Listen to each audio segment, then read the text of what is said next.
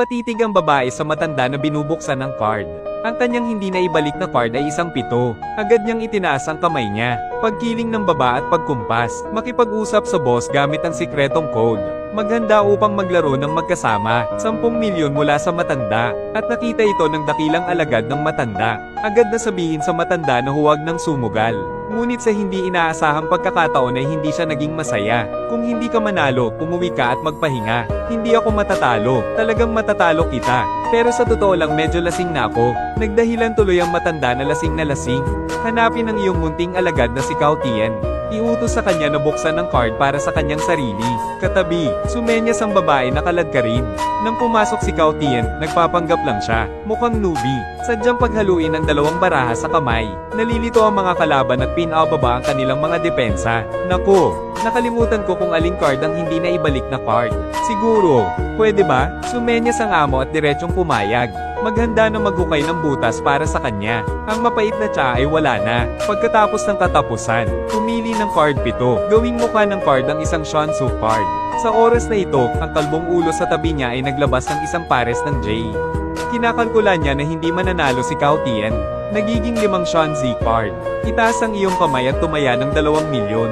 Tingnan mo, matukoy ka agad. Nahanap ito ng matandang nagtanong nito. Hindi siya pwedeng maging straight. Kaya naman, sinadya kong binuksan ang artikulo. Magkunwaring confident. Hindi lang ayon sa 2 milyon. May natitira pang 3 milyon. Ipalagay sa kalbo na siya ang trump card. Ton 2 pinakamalaking mesa. Sa totoo lang, si Cao Tian ay mukhang may kumpiyansa. Talagang walang lakas ng loob na kunin ng mga amo. 10 milyon para ipagsapalaran at buksan ng isang card. Ang mga natakot ay isa-isang sumuko sa laro at tumangging sumunod. Sa sandaling ito, ngumiti si Cao Tian. Hey, swerte mo, nanalo ako. Pares 8. Ito ay si 2 Nang makitang inilabas ni Cao Tian ang isang pares ng numero 8. Magkunwaring panalo, nagalit ang malaking tao, ngunit isipin muli, wala nang nagawa ang batang ito. Ang galing talaga ang nanalo sa taya, dapat niyang tanggapin ang pagkatalo. Kapag nagsimula ang ikalawang round ng pagsusugal, napatingin agad ang amo sa babae. Ulitin ang trick, umupo siya sa tabi ni Cao Tian. Tingnan ang artikulo, baguhin ang password. Senior brother patungkol sa bagay na ito, agad na ginawa ang aksyon. Palihim na sabi ng babae, ang sandali ng pagtingin sa mga card. Direktang magdala ng upos ng sigarilyo, binarin sa eyeball ng babae. Biglang nagdilim ang mga mata ng babae, walang makita. Sinamantala ni Cao Tian ang pagkakataong tingnan ang kanyang mga baraha, tapos tumaya ng 300,000, 1.7 milyon pang taya. Hindi matukoy ng amo ang pagkakaiba. Ano ang mga card ni Cao Tian? Maaari mo lamang isuko ang laro at hindi sumunod. Ngunit naisip ng kalbong matandang lalaki si Cao Tian. Gamitin ang trick ngayon lang para manalo. Gayunpaman, ang kanyang mga card ang pinakamalaki sa laro, kaya sinundan niya ang 2 milyon. Kapag nagsimulang ibigay ng dealer ang mga card, diretsong tumango ang kalbong ulo, lahat ng chips sa mesa. Nakita ito ni Cao Tian. Lubhang kalmado kung tutuusin. Akala ng kalbo ay ako siya, siguradong mananalo. Ipinakita ni Cao Tian ang kanyang trump card. Direkta sa 3-2, ang likod ng 2 kalbong mag-asawa. Pagkakabangga ng kalbo, sa galit, bumagsak siya sa lupa. Itinabi ito ni Cao Tian. Magkunwaring tapat at humingi ng tawad sa kanya. Paumanhin, sa tingin ko ang pera ay napanalunan pa rin. Maglaro lang ayon sa gusto mo. Napatingin ang matanda. Alamin kong oras na para huminto. Kaya mabilis magpanggap. Inaatake sa puso. Gusto kong kunin ng 2 alagad at umalis kaagad. Hindi naghintay ng 3 tao ang amo. Mabilis na umalis. Mabilis na ilipat ang 10 milyon. Ang cheque ng cashier ay inihatid kay Cao Tian. Sabihin mo sa kanya na magmadali. Dalhin ang matanda upang magpatingin sa doktor. Hindi ko alam kung sino ang taong ito. Winalis ng hari ang lahat ng kasino. At ang matanda, hayaan ang iyong anak na babae na magsanay ng mga kasanayan sa Master N. Ginagamit ko ito mula noong ako ay 9 na taong gulang. Ibabad ang iyong mga kamay sa gatas. Ibabad lamang ng 30 segundo sa isang pagkakataon. Para lang gawin ang kanyang mga kamay. Laging pinakamalambot, pinakasensitibong estado, para sa pinakamataas na antas ng pag-unlad. Gawin mo ang iyong makakaya. Ito ay isang pilak na palayok. Pag nanakaw ng card, tingnan ng maliit na batang babae. Ituwid ang buhok. Pagkatapos ay palihim itong isinilid sa isang pilak na palayok. Hintay ang maputol ang mga card. Itulak sa gilid. Mabilis niyang hinawi ang kanyang buhok. Kunin ang card. Hindi man lang iniisip ng iba ang mga nangyayari. Naging tahimik na lumayo. Nakita ang aking anak na babae na may pamamaraan. Napakasaya niya. Sunod-sunod ding pinagkadalubhasaan ang kakayahan ng dalawang batang disipulo sa pagsusugal. Nagmalaki agad ang matanda kung ilalagay mo silang tatlo sa mesa ng sugal. Iyan ay tatlong tipikal na makinang pang-imprenta ng pera, kaya agad kunin silang tatlo. Makilahok sa Danbay contest. Naghahanda ang munting alagad ni Cao Tian. Handa nang manalo sa malaking laro. May hibla ng buhok ang dalaga, nakabalot sa kamay ang amo. Sa sandaling kinuha niya ang dice cup, nakatali ang buhok diretso sa gilid ng tasa. Iyon ang susi para sa kanya upang baguhin ang bilang ng mga dice. Gamit ang dice ng babae, hiling 79 o 81 beses, ang numero 345 ay lumitaw sa dice. Ang mga lalaki ay mas direkta sa dice. Iniulat ang mga marka, 345-12, pero katatapos lang magsalita, ang babae agad ay twist ang iyong mga daliri at hilahin ang buhok pabalik. Kaya lang, nagbago ang mukha ng mga dice. Gawin itong 2-3-3-8, sabay-sabay. Sa isang iglap, binawi niya ang kamay at hinawi ang buhok. Nang mabuksan ng dice cup, gulat na gulat ang lalaki. Gayunpaman, naisip iyon ng ama ng dalaga. Ito ay isang panloloko lamang. Ang kanilang ultimate goal ay sumali sa bagong Diyos ng pagsusugal, manalo ng 300 million cash, upang manalo ng mga taya ng maayos. Sinadya ba ni Buwong na gawing mayabang ang kanyang panganay na disipulo? Makipagtulungan sa iyong anak na babae at sa iyong munting disipulo. Tulungan si Cao Tian na malampasan ang lahat ng paraan. Matagumpay na nakarating sa final. Sinong mag-aakalang magiging isa ang Tycoon ng Macau? Ang pinakamalaking pagkatisod sa final. Wala pang kalahating punto. Samahan ng mga manlalaro sa huling laban. Nawala ang lahat at umalis. Pati ang babae ay natanggal. Sa huli, ang amo at si Cao Tian ay mayabang. Bumubuo ng three-way confrontation. Pero wala siyang inutusan. Tingnan mo itong dalawa, hindi man lang titingin sa card. Tumaya ng 5 milyon direkta. Naunawaan kaagad ni Cao Tian. Boss, sinisikap nitong i-overwhelm ang lahat. Tumaya ng 5 milyon. Pagkatapos ay pakilyusan ng isa pang 10 milyon. Pagkatapos noon, hindi na nagdalawang isip pa ang amo. Tumawag ng 15 milyon. Patuloy namang ibabaw. Ngunit ng pagkakataon na ng pangalawang disipulo, nag-alinlangan na naman siya dahil alam niya ang kanyang mga card. Hindi kayang talunin silang dalawa. Ngunit sa oras na ito, nagpadala muli ng senyales si Tian Buong. Sinenyasan siyang magpatuloy sa pagtawag. Ang pangalawang alagad nang makita niya ito, pwedeng tumaya ng 15 milyon. This time boss, nakakuha ng isang pares ng lumang K. Ang pagmamataas ay ang tapat na pagbubuhos ng JQK. Ang Cao Tian ay may pares ng tens. Nanood si boss. Hulaan mo ang mga barahan nilang dalawa. Talagang hindi kasing laki ng dati kong K. Tumaya ngayon ng 50 milyon. Sa oras na ito, si Cao Tian, kapag sinusuri ang iyong card, matanda sa likod niya, gamitin ang iyong banal na mata. Isang tingin at makikita mo na agad. Ang kanyang card ay isang 10 ng mga puso. Instant gesture. Makipag-ugnayan sa hari sa langit. Matapos matanggap ni Tian Buong ang password, gamitin ang iyong mga labi. Sabihin mo kay Cao Trin. At sabihin sa kanya, mga indikasyon.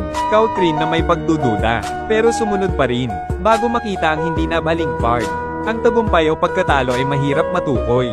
Ngunit naisip ni Cao Tian, ito ay ibinigay ng sub.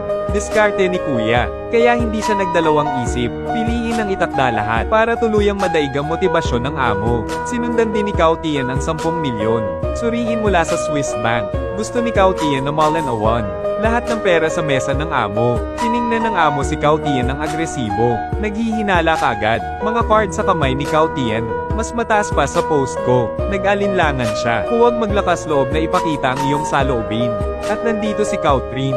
Ngunit walang mga pusta. Kahit isipin iniisip ng lahat, kinailangan ni Cao Trin na umalis sa laro. Tumayo si Tian Buong. Mag-cash out ng tseke para sa 25 milyon. Ibigay ito kay Cao Trin. Hayaang tumaya ang dalawang alagad hanggang sa huli. Agad na natigilan si Cao Tian. Hindi ko maintindihan kung bakit gusto ng amo. Dahil natagpuan niya ito, hindi pwedeng manalo sa taya si Kuya. Maraming iniisip ang matanda. Hulaan ko wala akong pagkakataon.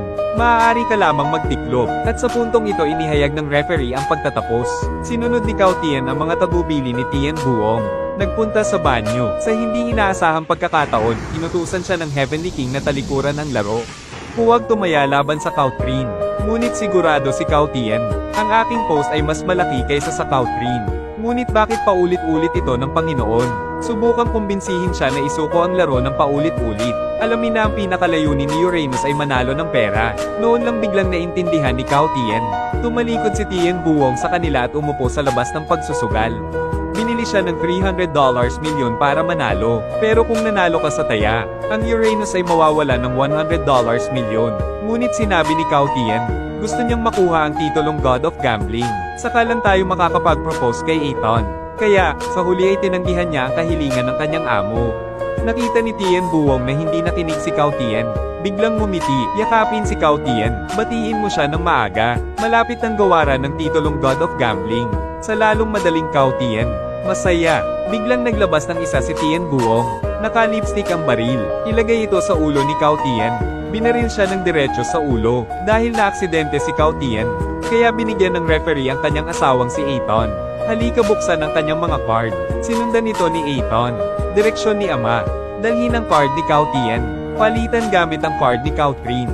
Panalo si Cao Trin. Tagumpay sa pagsusugal. Nanalo sa posisyon ng Diyos ng mga barahan na orihinal na pagmamay-ari ni Cao Tian.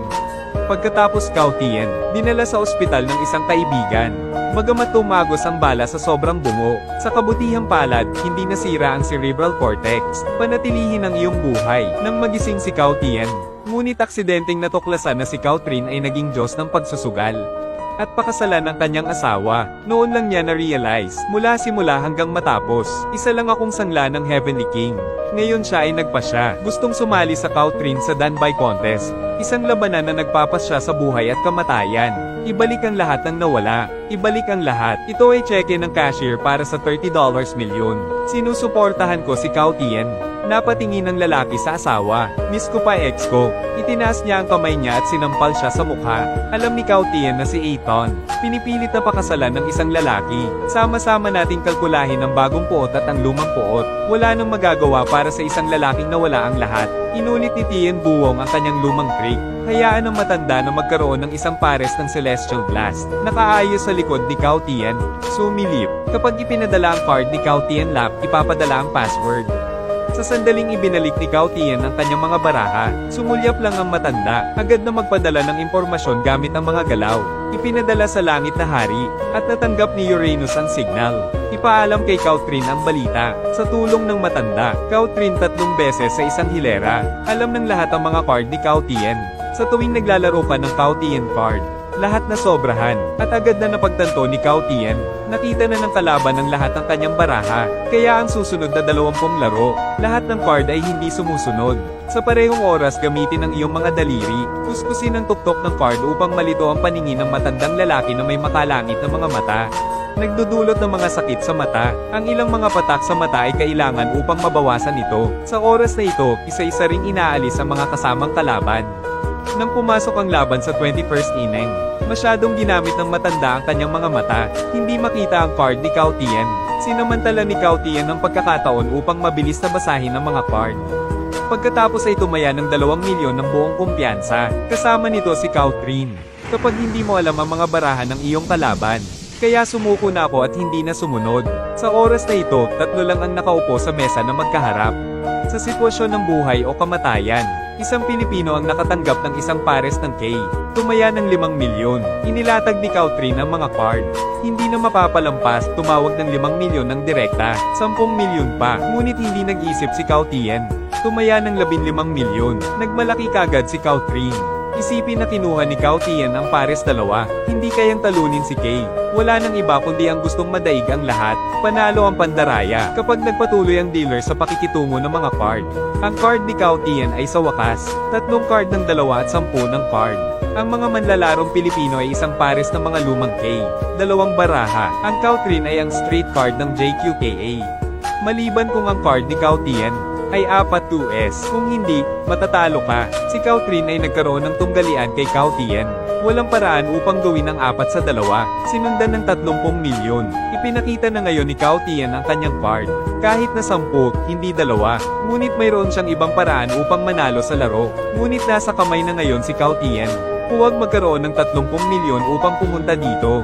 Agad na hilingin sa referee na bawiin ang card. Kung kailan sinusubukan niya ang lahat, tumayo si Aton. Sa kabila ng pagtutol ng aking ama, ipilit mo ang sarili mo. Kunin ang savings bilang $30 milyon. Bigyan si Cao Tian ng gambling card. Tumingin si Cao Trin. Namimiss ng asawa ko ang dating kasintahan. Itinaas niya ang kamay at sinampal siya ng malakas sa mukha. Cao Tian, huwag kang mag-alala sa akin.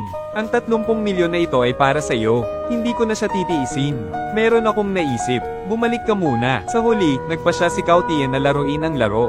Direktang gumamit ng 30 milyon.